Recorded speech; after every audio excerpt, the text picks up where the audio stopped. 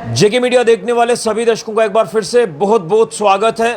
तो पहलगाम आतंकी हमले के बाद लगातार पूरे देश में गुस्से की लहर देखी जा रही है और कहीं ना कहीं हर देशवासी की जुबान पर अब एक ही बात है कि पाकिस्तान को अब जो है जवाब दिया जाए, पाकिस्तान के ऊपर कड़ा प्रहार किया जाए और तमाम अलग अलग रिएक्शंस लगातार देखने को मिल रहे हैं। और अगर बात करें सरकार के एंड पर, यानी केंद्र सरकार की बात करें, पीएम मोदी जी की बात करें, तो वो लगातार अपने तमाम कैबिनेट मिनिस्टर्स के साथ बैठकें लगातार कर रहे हैं। कई बड़ी रणनीतियां इख्तियार की जा रही हैं और क्या हम ये मान के चलें कि अब कुछ बड़ा होने वाला है। और कहीं ना कहीं इंटरनेशनल बॉर्डर के हवाले से भी अगर आपको अपडेट करें तो बॉर्डर पर रहने वाले लोग भी अपने एंड पर तैयारियां कर रहे हैं, बंकरों की साफ सफाई कर रहे हैं कि अगर कोई ऐसी सिचुएशन बनती है तो पूरी तरह से तैयारियां जो वो पहले ही होनी चाहिए। लेकिन इससे पहले मैं आपको बता दूं कि वो पुलवामा का दर्द आज भी सबके दिलों में है कि जिस तरह से हमारे जो जवान सैनिक शहीद हुए थे, लेकिन उसके बाद अब ये पहलगाम आतंकी हमला, यहाँ पर वो हमारे सैलानी देश के अलग अलग इलाकों से आए कश्मीर की सुंदरता को देखने के लिए, खूबसूरती देखने के लिए, लेकिन उनको क्या मिला? गोली मिली। जिस तरह से निहत्थे यहाँ पर हमारे टूरिस्टों को आतंकियों ने निशाना बनाया। इसी के ऊपर आज हम रिएक्शन लेंगे। हमारे साथ मौजूद हैं श्रीमंत दत्तगिरी जी महाराज, जो कि साधु धर्म स्थान सुरक्षणी समिति JNK के अध्यक्ष हैं, प्रेसिडेंट हैं। ये भी काफ़ी आज कुछ कहना चाहते हैं। और मैं आपको बता दूं कि साधु समाज की अगर बात करें तो उनके अंदर भी काफ़ी गुस्सा देखा जा रहा है। जिस तरह से पहलगाम आतंकी हमले ने हर किसी को स्तब्ध कर दिया है, झकझोर दिया इस हमले ने। लेकिन अब वक्त है पाकिस्तान को जवाब दिया जाए। इसी के ऊपर एक्शन लेंगे। महाराज जी, सबसे पहले तो आपका बहुत बहुत धन्यवाद है, आपने अपना समय दिया। और कहीं ना कहीं पूरे देश भर में आज आप देख रहे हैं कि गुस्से की लहर है, अलग अलग रिएक्शंस आ रहे हैं। सरकार के साथ पूरा देश खड़ा है और सरकार भी तैयारी कर रही है कुछ बड़ा करने के लिए। और मन की बात कल जो कार्यक्रम प्रधानमंत्री जी का हुआ उसमें भी उन्होंने स्पष्ट कर दिया कि पाकिस्तान को बख्शा नहीं जाएगा। क्या कुछ आप अपनी समिति की तरफ से कहना चाहते हैं? सरकार के साथ आप किस तरह से खड़े हैं और इस आतंकी हमले को किस तरह से देखते हैं? क्योंकि एक और दर्द जो है वो पाकिस्तान ने दिया है हमें, क्या कुछ कहेंगे इसको लेकर?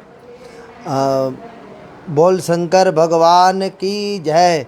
सबसे पहले JK मीडिया के माध्यम से माननीय ऋषिकांत जी, आप सांबेश्वर दरबार पधारे हैं, आपका हार्दिक स्वागत, अभिनंदन।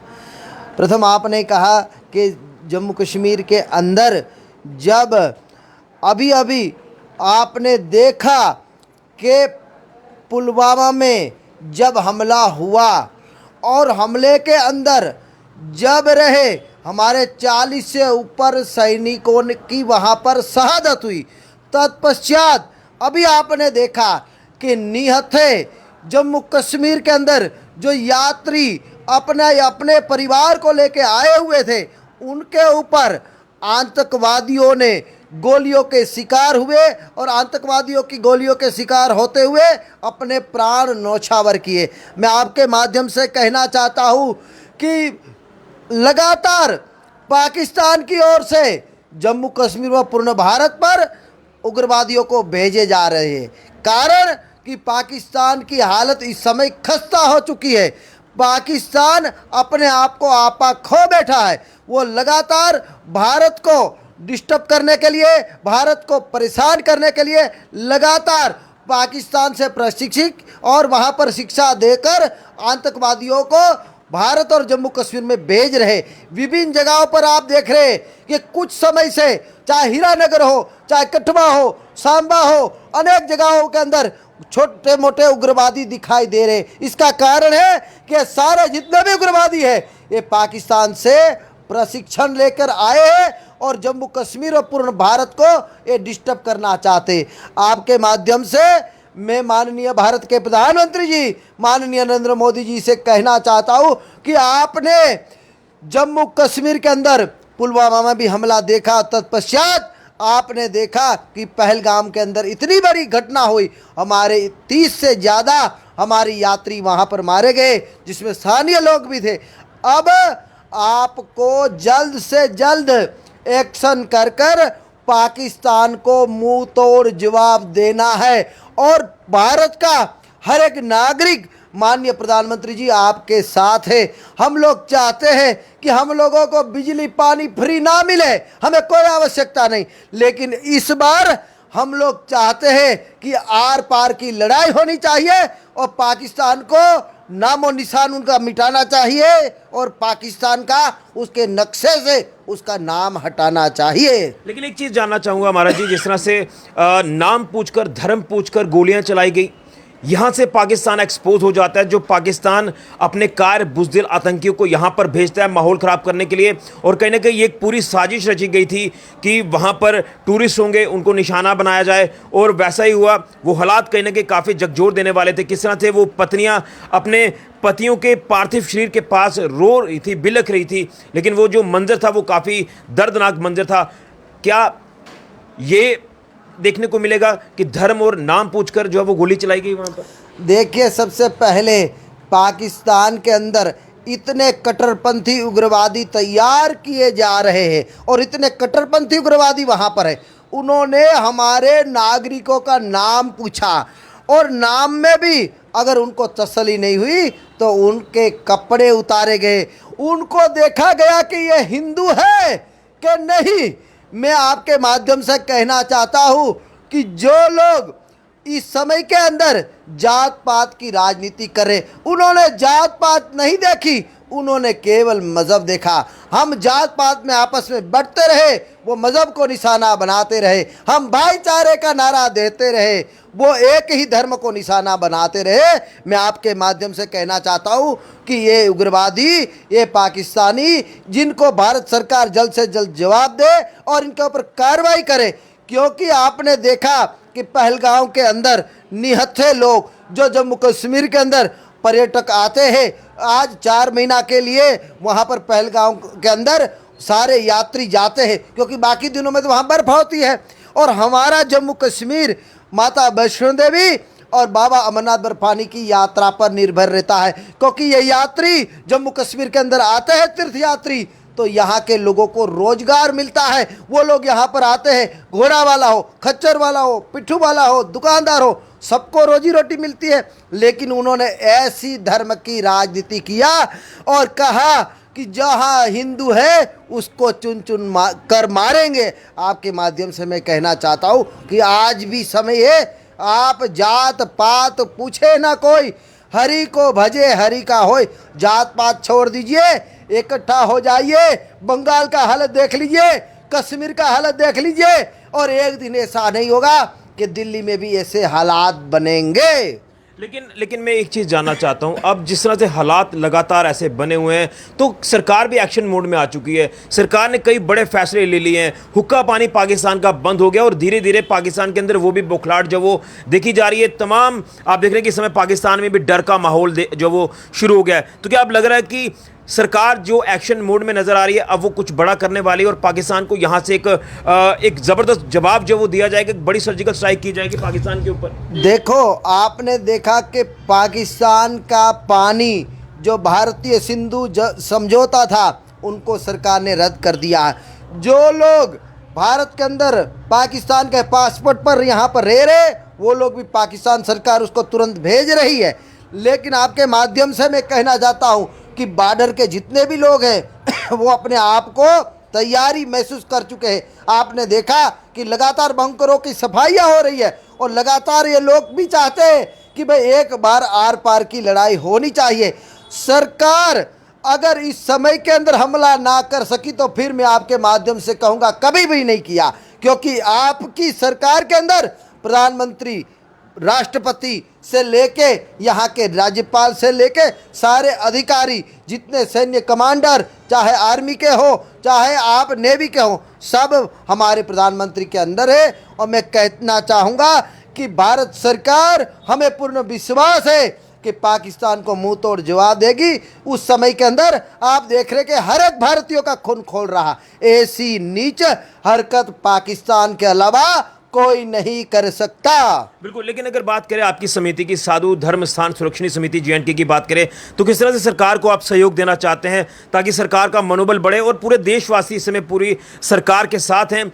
सरकार को यही कहा जा रहा है कि आप बस आगे बढ़े, पूरा देश आपके साथ है, पाकिस्तान को नक्शे से मिटा दिया जाएगा। देखिए, आपने हमारी समिति का कहा तो साधु धर्म स्थान सुरक्षणी समिति के अलावा जम्मू कश्मीर के अंदर जितनी भी हमारी धार्मिक संत समाज की समितियां हैं, ये सारी सरकार के साथ है। और हम लोग आपके माध्यम से यही कहेंगे कि अपने मठ मंदिरों के अंदर पूजा पाठ हवन यज्ञ करेंगे कि इन अताताइयों का नाश हो, इन राक्षसों का नाश माँ भगवती जल्द करेगी। और जहाँ तक साधु समाज की बात है, हम लोग कहते हैं कि जहाँ हमारी आवश्यकता है किसी भी प्रकार से हम लोग तन मन धन से सहयोग देने को भी तैयार है, लेकिन आप एक बार इनके ऊपर, पाकिस्तान के ऊपर कार्रवाई करें।